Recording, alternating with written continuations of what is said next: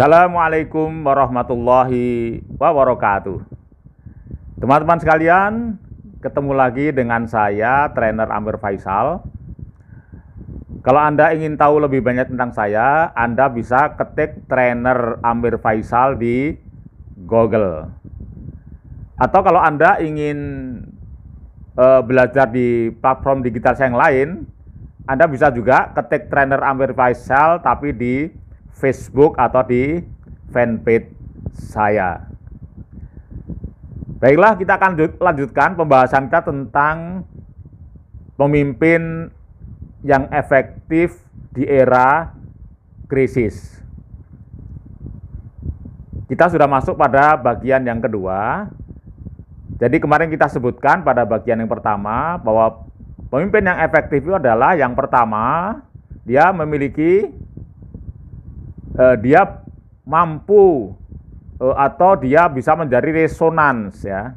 Dan salah satu dari syarat resonan itu adalah dia memiliki trust yang kuat di mata orang-orang yang dipimpinnya.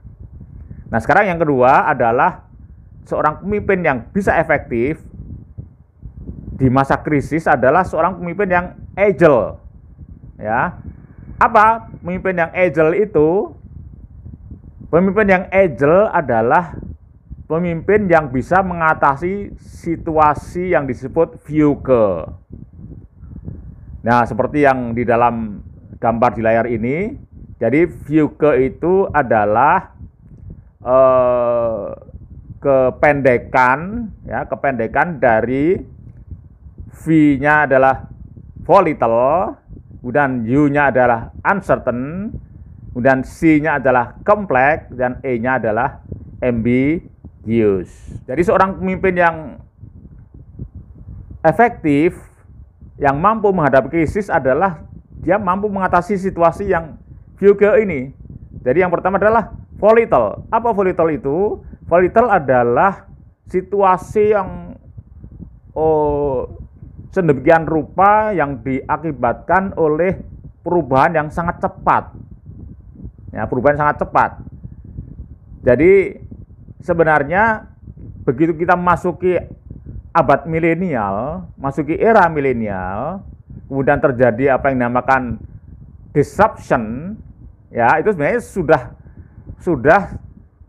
kita sudah masuk dalam situasi yang disebut sebagai volatile sebenarnya. Jadi semuanya menjadi berubah, bisnis menjadi berubah.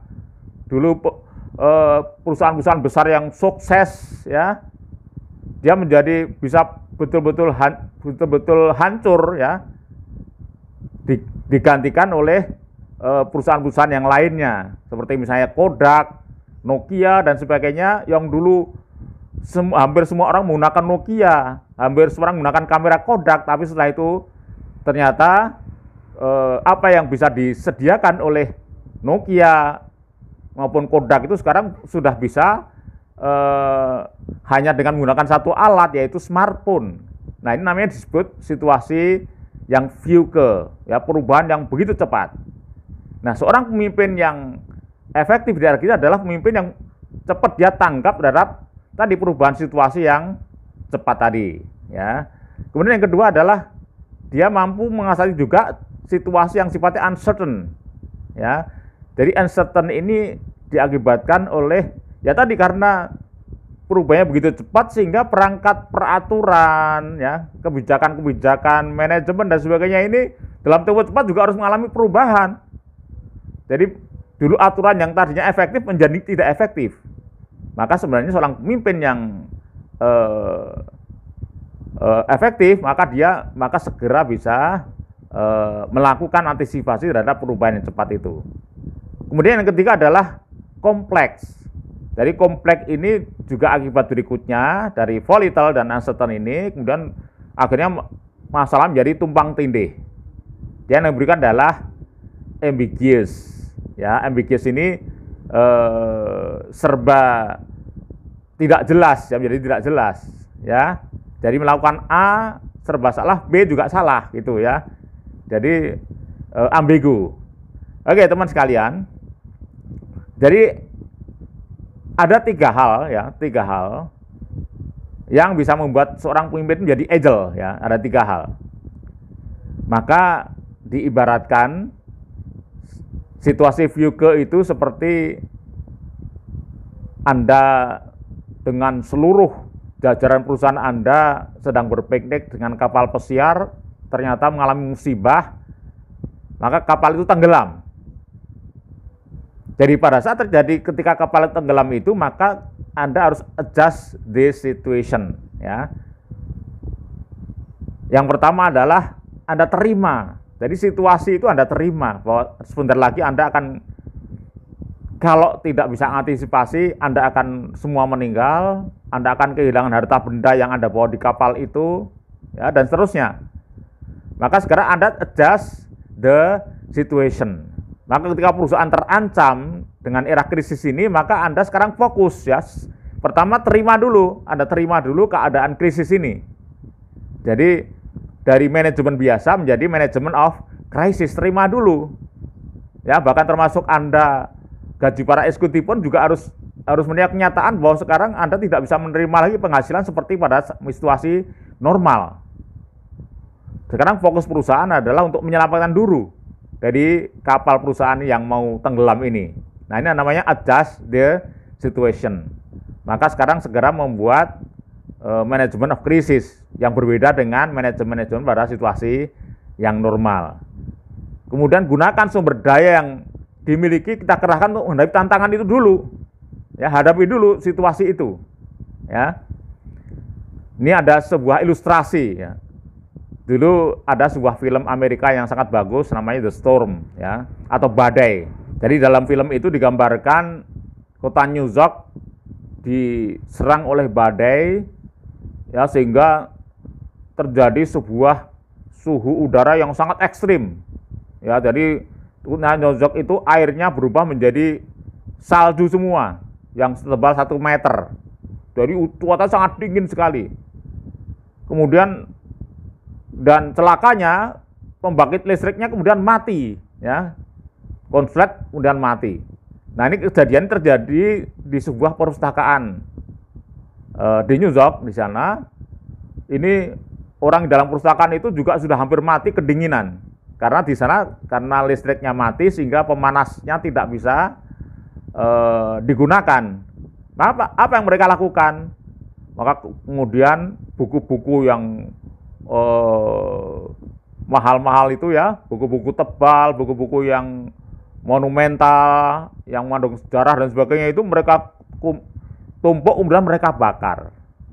Nah, tentu saja ini adalah sebuah contoh yang ekstrim bagaimana orang menghadapi situasi yang namanya Fugue tadi. Jadi kadang-kadang seperti itu, kadang-kadang memang harus kita atasi dulu ini. Misalnya wabah ini, atasi dulu wabah ini. Ya. Jadi kerahkan sumber daya itu. Seperti tadi, orang yang di kapal tadi kalau dia tidak fokus untuk menyelamatkan diri, maka nanti apa gunanya kita memiliki perusahaan tapi sudah nggak ada orangnya mati semua. Sama juga dengan negara ini.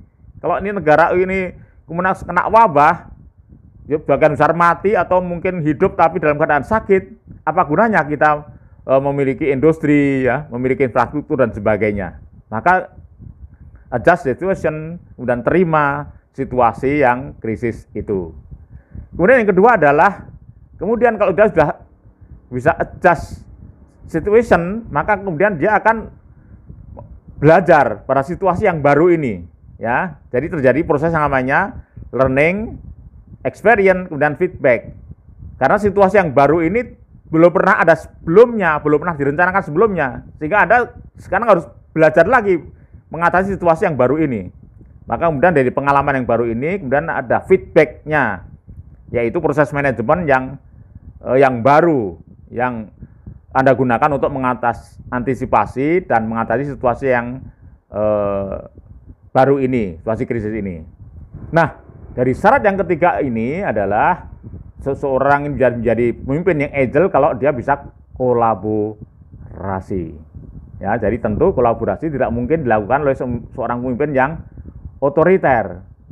Jadi di mana di situ dia membutuhkan pemikiran-pemikiran, tenaga-tenaga dari seluruh jajarannya. Ya, karena ini membutuhkan begitu banyak pemikiran-pemikiran, ya, karena situasinya tidak biasa, ya.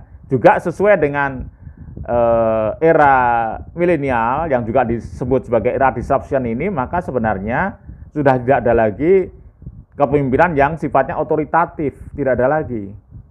Jadi adanya adalah kepemimpinan kolaborasi. Jadi sekarang tidak ada lagi industri yang bisa berdiri sendiri,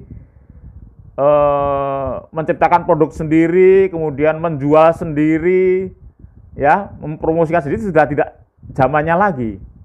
Jadi tidak lagi sekarang industri yang otoritatif, jadi saling membutuhkan. Ya, sekarang semua orang, ya, semua kalangan harus berkolaborasi dengan siapapun, ya. Jadi kalau di industri antara perbankan, ya, industri, kemudian reseller dan seterusnya, ya.